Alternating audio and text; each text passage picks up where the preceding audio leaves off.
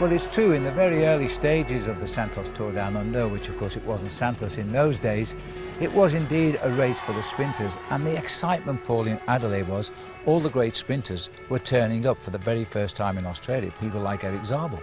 Yeah, I think the exciting thing was the guys really enjoyed the fact that the crowds were there, the amazing crowds that turned out, especially in Adelaide downtown, to see the sprinters. It gave the atmosphere of one of the biggest races in the world, and it was only January. Yes, it was, and of course that was always a big challenge, so that the riders weren't on top form, but they were in the winter back home in Europe for them, and so they were happy to make this race big for the crowds, but of course don't expect too much of them. And I think that's why most of the races were bunch sprint finishes. Yeah, I think in the early days the race was a little bit easier, and they didn't try and have a decider for the men who really we see later in the year at the overall standings at races like the Tour de France. But for Andre Greipel, for example, he made it his early season goal, come out to Australia early on, and I think that he really helped to raise the profile of the event over the first few years.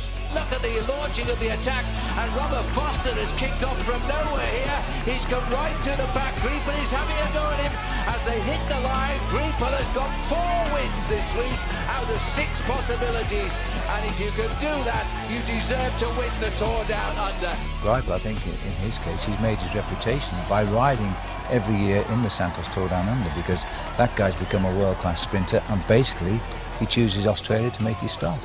Well, he does, and I think that's the important thing for a lot of the guys who want to go through to the Classics. It's the start of the year for them, and it's no longer a question of coming to a race like the Santos Tour Down Under for preparation. Guys come nowadays, Phil, they want to win. Greipel goes, Ewan follows him. It's Kittel who gets it on the line. Greipel is second. Well, if anything this year, Marcel Kittel, the great German sprinter, up against the German champion, Andre Greipel, has been something of a feature around Europe. I think Kittel is #1 man on the block, and they're a different kind of rider, really, because when you look at Andre Greipel, what I respect about Andre Greipel, Phil, is yes, he is a great sprinter, but he's the kind of guy who will go to the Tour of Luxembourg and win a stage on his own, a lone breakaway. Greipel is the quiet man who's come to love South Australia. He comes early, he trains, he gets himself ready, and I think that's also the trend with a lot of riders now, because they know at that time of the year they haven't quite got the sprinting prowess of riders who live in Australia. And we've seen with Andre Greipel through the years, he's ridden exceptionally well at the Santos Tour Down Under, and he's gone on to a great season with 10, 15, 20 bike races. And I think that's why guys nowadays like Marcel Kittel coming across to the Santos Tour Down Under, because they're following in the wheel marks of guys who've already put the recipe on the table. Well, as this race has built in stature over the years, yes, the race has swung away from it being a race for the sprinters. Suddenly, after a couple of editions, we discovered the Adelaide Hills. And I believe that Adelaide as a city and all the surrounding countryside, this is an event made for a big-time bike race. And I have to say, Paul, that now we're into those hills, Mike Turt and his crew are getting a little bit more ambitious and finding some more hills like Corkscrew Hill, for example. So the sprinters are going to be hard-pushed to ever win this race again. Yeah, but you can never take away from the sport of professional cycling. You have to have days with the sprinters.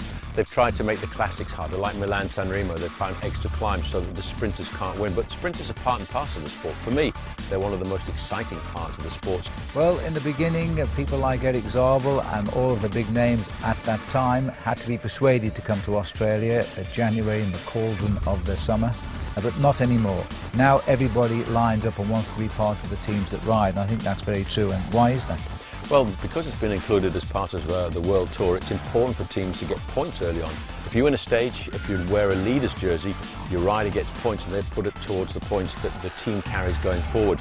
And it's important for the rest of the season to be highly ranked in the overall thing. And of course, let's not forget, it makes an important part of your selection for some of the bigger races around the world, the one-day classics or the Grand Tours. Yeah, watch out for the names that take part and do well in the Tour Down Under, because come March and April, they're the names very often who are winning the one-day classics and riding at the height. Then they have a little rest and build up for their next objective, Tour de France, then a little rest and build up for the next objective, which usually is the World Championship or the Tour of Spain. But one thing's for sure, this race is now very much part of the world calendar, and it's never going to go away soon.